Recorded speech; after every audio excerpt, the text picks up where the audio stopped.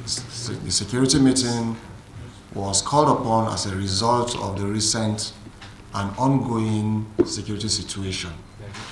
As you are aware, I want to start with the incident of IED explosion that occurred in Galadima, Kogo a few days ago. We got a report of an explosion in the evening, and we mobilized our men to go over to check. We are still awaiting the report from the EOD, the Nigerian Police Force bomb experts. However, this explosion, no life was lost. The modus operandi or the reason behind the explosion is not yet ascertained, but we strongly believe that it was planted by the same miscreants that are operating within the axis of Shiroro local government. As you may recall, a few weeks ago, there was an incident in Galadima, Kogo where our security forces responded. Unfortunately, our first respondent were hit, blown up by explosive. So we strongly believe that it is the same group who are operating within that axis that perhaps planted this explosive. Police are still investigating that.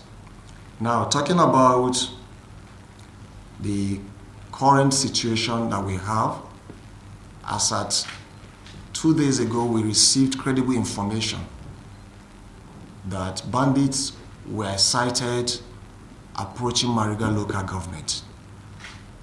And we mobilized our security men. They went through Mariga to Mashegu local government, where they had a contact in Sohorami.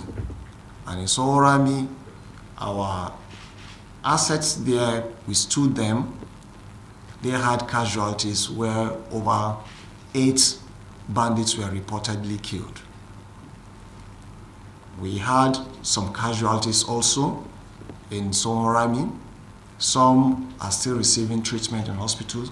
Some were killed, the locals. These criminals, we believed, moved over to Ushishi local government, where they attacked communities like Akere and the rest, and they moved over because they know.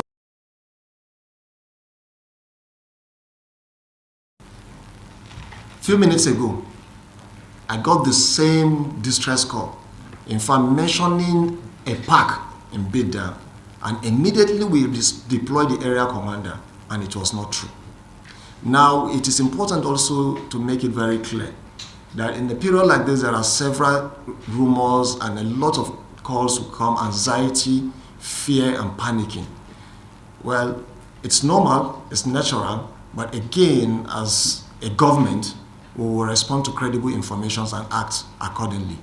It is also very important to mention that the government is carrying out a massive operation. Prior to this time, you will discover that incidents will happen, and there are a lot of stories around the incidents. But now we've changed the tactics. We're adapting to the current trend. So we've changed our tactics, and that's why this meeting today.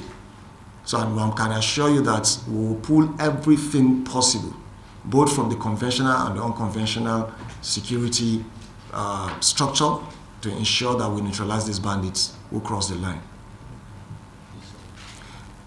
So the security situations remain fluid, in the sense that these bandits are highly mobile, and because they are on motorcycles, when you get called, for example, when we heard that they were in Igede, before we could respond to Igede, they've moved over to the Durban area.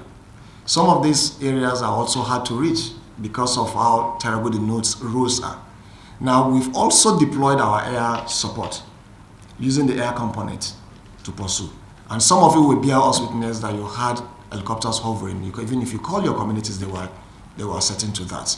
So, as we speak, it's like a snake under the carpet that we're chasing, and we're closing up on them.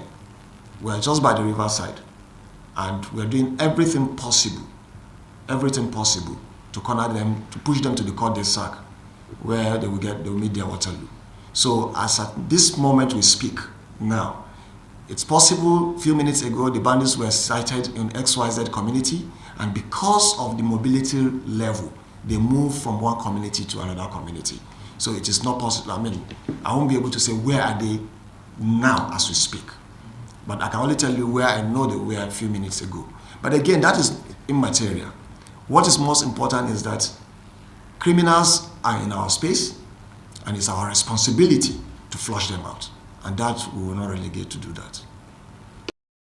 Listening to His Excellency the Governor, that has always been his creed, that communities should return back. He is willing to do anything and everything possible, humanly possible, to ensure that communities are safe for people to return back. And I have good news for you. As a result of the commitment of the government, most or some of the IDPs in Kontagora axis have started returning back to their communities. Now, of course, when an incident happens, there are fear, there are panic, which is common, which is normal, and we understand with people. And again, it is the responsibility of government to assure and ensure safety of people, and that we've not relented in doing. So we do in both the kinetic and non-kinetic effort towards ensuring that people get the best out of their government. So we do not even want to have IDPs. We want to ensure that people are living safe. People carry out their businesses in their community unmolested. People are able to live within where God has kept them, has planted them. So this is the effort of the government. And good news for you, we're beginning to see more commitment from even our conventional security forces. We're beginning to see more commitment from our unconventional security forces. We're even seeing commitment also from the community people, and we appreciate all this effort. So all this is geared towards ensuring that Niger is safe.